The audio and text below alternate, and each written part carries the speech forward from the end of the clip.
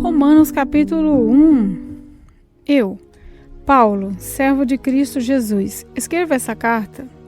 Deus me chamou e me separou para ser seu apóstolo, a fim de que eu anuncie a boa notícia do Evangelho de Deus. Há muito tempo, essa boa notícia foi prometida por Deus, por meio dos seus profetas e escrita nas Escrituras Sagradas. Ela fala a respeito do Filho de Deus, o nosso Senhor Jesus Cristo, o qual, como ser humano, foi descendente do rei Davi. E, quanto à sua santidade divina, a sua ressurreição provou, com grande poder, que ele é o Filho de Deus. Por meio de Cristo, Deus me deu a honra de ser apóstolo no serviço de Cristo para levar pessoas de todas as nações a crerem em Cristo e em serem obedientes a Ele. Entre essas pessoas estão vocês que moram em Roma, a quem Deus tem chamado para pertencerem a Jesus Cristo. Por isso eu escrevo a todos vocês que estão em Roma, todos vocês a quem Deus ama e a quem tem chamado para serem o seu próprio povo. Que a graça e a paz de Deus, o nosso Pai e o Senhor Jesus Cristo estejam com vocês. Em primeiro lugar, por meio de Jesus Cristo, dou graças ao meu Deus por todos vocês. Pois, no mundo inteiro, se ouve falar a respeito da fé que vocês têm. Eu sirvo a Deus com todo o meu coração, anunciando a boa notícia a respeito do seu Filho. Deus é testemunha de que digo a verdade.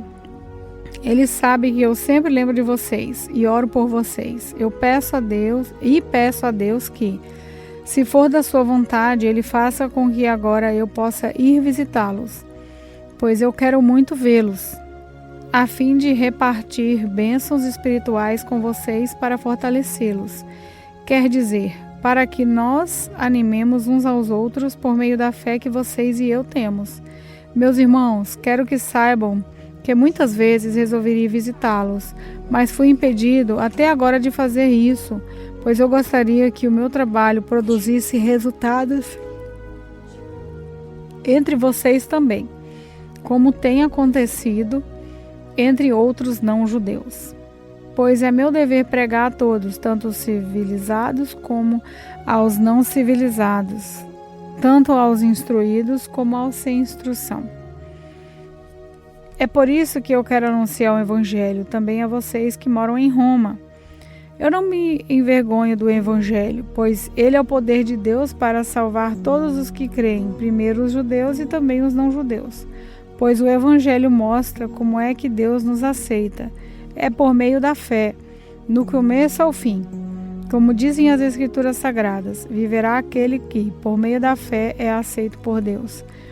Do céu, Deus revela a sua ira contra todos os pecadores e todas as maldades das pessoas que, por meio das suas más ações, não deixam que os outros conheçam a verdade a respeito de Deus. Deus castiga essas pessoas porque o que se pode conhecer a respeito de Deus está bem claro para elas, pois foi o próprio Deus que lhes mostrou isso. Desde que Deus criou o mundo, as suas qualidades invisíveis, isso é, o seu poder eterno e a sua natureza divina, têm sido vistas claramente. Os seres humanos podem ver tudo isso nas coisas de Deus, que Deus tem feito e, portanto, eles não têm desculpa nenhuma. Eles sabem quem Deus é, mas não lhe dão a glória que ele merece e não lhe são agradecidos. Pelo contrário, os seus pensamentos se tornaram tolos e a sua mente vazia está coberta de escuridão. Eles dizem que são sábios, mas são tolos. Em vez de adorarem ao Deus imortal, adoram ídolos que se parecem com seres humanos, ou com pássaros, ou com animais de quatro patas, ou com animais que se arrastam pelo chão. Por isso,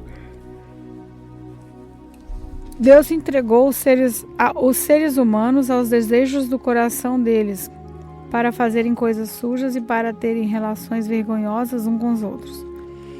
Eles trocam a verdade sobre Deus pela mentira e adoram e servem as coisas que Deus criou, em vez de adorarem e servirem o próprio Criador, que deve ser louvado para sempre. Amém. Por causa das coisas que essas pessoas fazem, Deus as entregou às paixões vergonhosas, pois até as mulheres trocam as relações naturais pelas que são contra a natureza. E também os homens deixam as relações naturais com as mulheres e se queimam de paixão um pelos outros. Homens têm relação vergonhosa uns pelos outros e por isso recebem em si mesmo o castigo que merecem por causa dos seus erros. E como não querem saber do verdadeiro conhecimento a respeito de Deus, Ele entregou os seres humanos aos seus maus pensamentos, de modo que eles fazem o que não devem. Estão cheios de todo tipo de perversidade, maldade, ganância, vícios, ciúmes, crimes de morte, brigas, mentiras e malícias. Caluniam e falam mal uns dos outros, têm ódio de Deus e são atrevidos, orgulhosos e vaidosos. Inventam maneiras de fazer o mal, desobedecem os pais, são imorais, não cumprem a palavra, não têm amor por ninguém e não têm pena dos outros. Eles sabem que o mandamento de Deus diz que aqueles que fazem essas coisas merecem a morte, mas mesmo assim continuam a fazê-las. E pior ainda, aprovam os que fazem as mesmas coisas que eles fazem. Romanos Capítulo 2. Meu amigo, não importa quem você seja, você não tem desculpa quando julga os outros, pois quando você os julga, mas faz as mesmas coisas que eles fazem, você está condenando a si mesmo. Nós sabemos que Deus é justo quando condena os que fazem essas coisas, mas você que faz as mesmas coisas que condena nos outros, será que você pensa que escapará do julgamento de Deus? Ou será que você despreza a grande bondade, a tolerância e a paciência de Deus? Você sabe muito bem que Ele é bom e que quer fazer com que você mude de vida. Mas o seu coração é duro e teimoso. Por isso você está aumentando ainda mais o castigo que vai sofrer no dia em que forem revelados a ira e os julgamentos juntos de Deus. Pois Ele condenará cada um de acordo com o que fez. Deus dará a vida eterna às pessoas que perseveram em fazer o bem e buscam a glória, a honra e a vida imortal. Mas fará cair a sua ira e o seu castigo sobre os egoístas e sobre os que rejeitam o que é justo a fim de seguir o que é mau.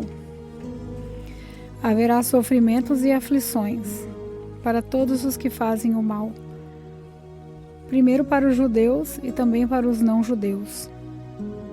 Mas Deus dará a glória, a honra, a paz a todos os que fazem o bem, primeiro aos judeus e também aos não-judeus, pois Ele trata a todos com igualdade. Todos aqueles que pecam sem conhecer a lei de Deus se perderão sem essa lei. Mas todos aqueles que pecam conhecendo a lei serão julgados por ela. Porque as pessoas que Deus aceita não são aquelas que somente ouvem a lei, mas aquelas que fazem o que a lei manda. Aos não-judeus não tem a lei, mas quando fazem pela sua própria vontade o que a lei manda, eles são a sua própria lei, embora não temem a lei. Eles mostram pela sua maneira de agir que tem a lei escrita no seu coração. A própria consciência deles mostra que isso é verdade. E os seus pensamentos, que às vezes os acusam e às vezes os defendem, também mostram isso. E, de acordo com o evangelho que eu anuncio, assim será naquele dia em que Deus, por meio de Cristo Jesus, julgará os pensamentos secretos secretos de todas as pessoas. O que dizer de você? Você diz que é judeu, confia na lei e se orgulha de Deus do que você adora. Você sabe o que Deus quer que você faça e aprende na lei a escolher o que é certo. Você tem a certeza de que é guia de cegos, luz para os que estão na escuridão, orientador dos que não têm instrução e professor dos jovens. Você está certo de que encontra na lei a apresentação completa do conhecimento e da verdade. Você que ensina os outros, porque é que não ensina você mesmo. Se afirma que não se deve roubar, por que é que você rouba? Você mesmo rouba. Se você diz que não se deve cometer adultério, por que é que você mesmo comete adultério? Você odeia os ídolos, mas rouba as coisas dos templos. Você se orgulha de ter a lei de Deus, mas você é uma vergonha para Deus porque desobedece a sua lei. Pois as escrituras sagradas dizem: os não-judeus falam mal de Deus por causa de vocês, os judeus. A circuncisão tem valor se você, que é judeu, obedecer à lei. Porém, se não obedecer, é como se você não tivesse sido circuncidado. E se um homem que não foi circuncidado obedecer aos mandamentos da lei, Deus o tratará como se ele fosse circuncidado. Assim, vocês, judeus, serão condenados pelos não-judeus, pois vocês desobedecem à lei, apesar de terem essa lei escrita e de serem circuncidados, enquanto os que não são judeus obedecem à lei, embora não sejam circuncidados. Portanto, eu pergunto: quem é judeu de fato e circuncidado de verdade? É claro que não é aquele que é judeu somente por fora e circuncidado só no corpo. Pelo contrário, o verdadeiro judeu é aquele que é judeu por dentro, aquele que tem o coração circuncidado. Isso é uma coisa que o Espírito de Deus faz e que a lei escrita não pode fazer. E o louvor que essa pessoa recebe não vem dos seres humanos, mas vem de Deus. Romanos capítulo 3. Então, qual é a vantagem de ser judeu? Será que ser circuncidado tem algum valor? Tem sim, e de muitas maneiras. E a primeira vantagem é que Deus entregou a sua mensagem aos cuidados dos judeus. Mas se alguns não foram fiéis, será que por isso Deus vai ser infiel? De modo nenhum.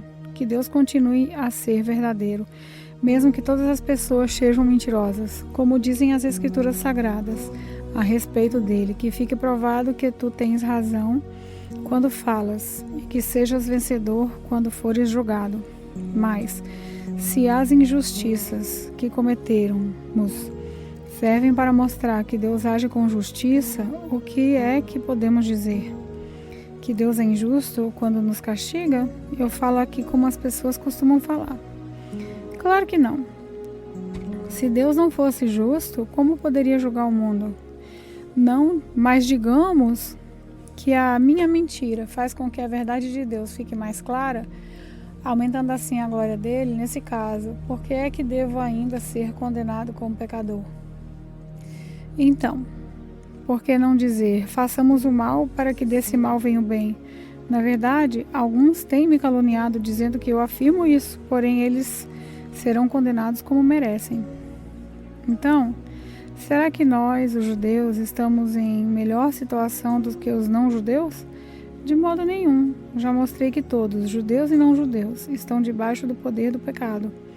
Como dizem as Escrituras Sagradas, não há uma só pessoa que faça o que é certo. Não há ninguém que tenha juízo. Não há ninguém que adore a Deus. Todos se desviaram do caminho certo. Todos se perderam. Não há mais ninguém que faça o bem. Não há ninguém mesmo. Todos mentem e enganam sem parar. Da língua deles saem mentiras perversas e dos seus lábios saem palavras de morte, como se fossem veneno de cobra. A boca deles está cheia de terríveis maldições. Eles se apressam para matar.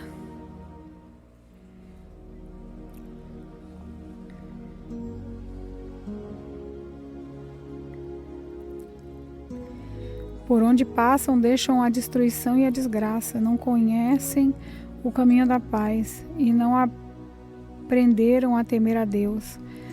Nós sabemos que tudo o que a lei diz é dito para que os que vivem debaixo da lei, isso a fim de que todos parem de se justificar e a fim de que todas as pessoas do mundo fiquem debaixo do julgamento de Deus.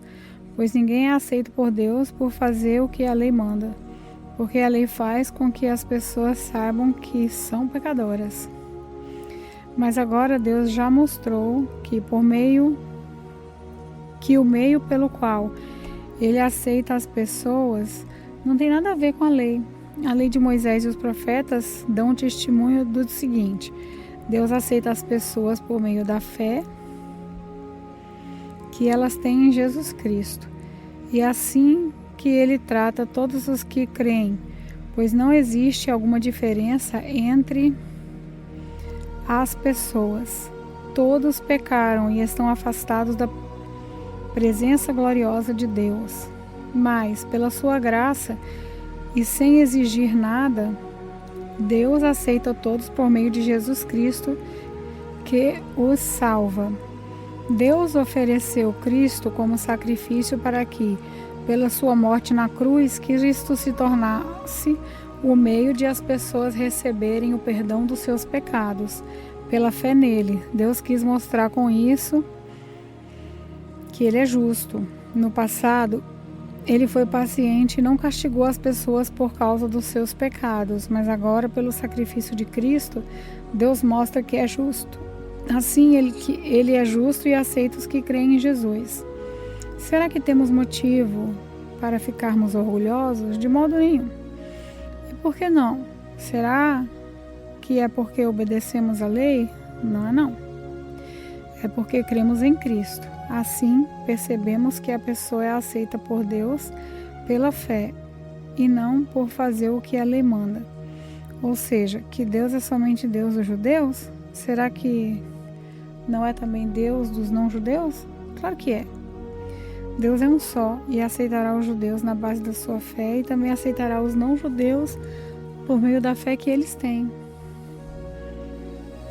Será que isso quer dizer que, por causa da fé, nós tratamos a lei como se ela não valesse nada?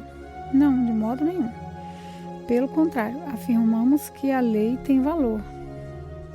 Romanos capítulo 4. Então, o que é que podemos dizer de Abraão, o antepassado da nossa raça?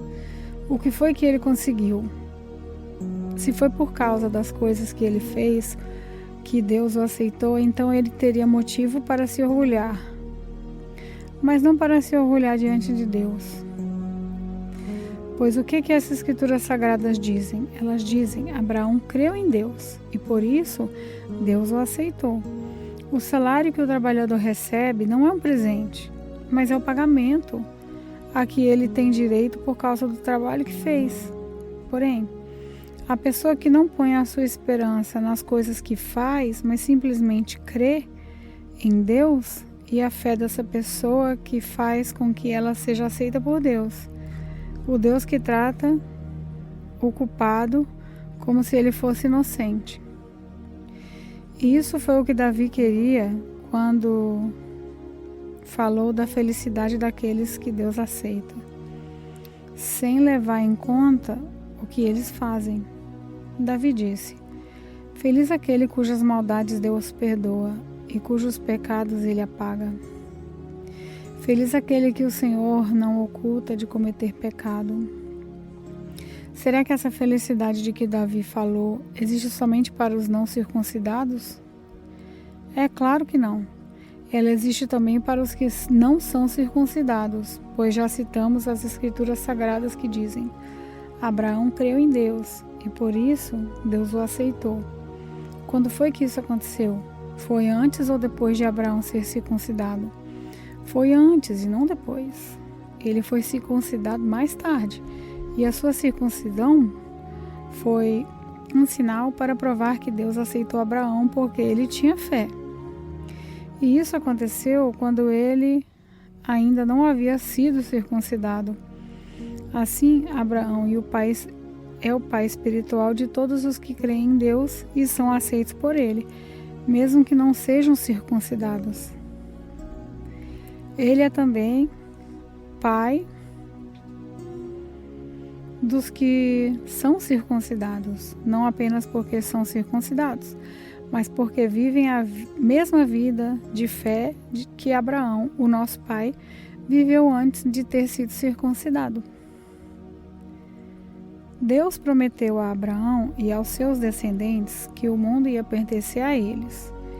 Essa promessa foi feita não porque Abraão tinha obedecido à lei, mas porque ele tinha crido em Deus e havia sido aceito por ele. Pois, se aqueles que obedecem à lei vão receber o que Deus prometeu, então a fé é inútil e a promessa de Deus não tem valor. Pois a lei traz o castigo de Deus, mas onde não existe lei, também não existe desobediência à lei. Portanto, a promessa de Deus depende da fé, a fim de que a promessa seja garantida como presente de Deus a todos os descendentes de Abraão. Ela não é somente para os que obedecem à lei, mas também para os que creem em Deus, como Abraão creu. Pois, ele é o pai espiritual de todos nós.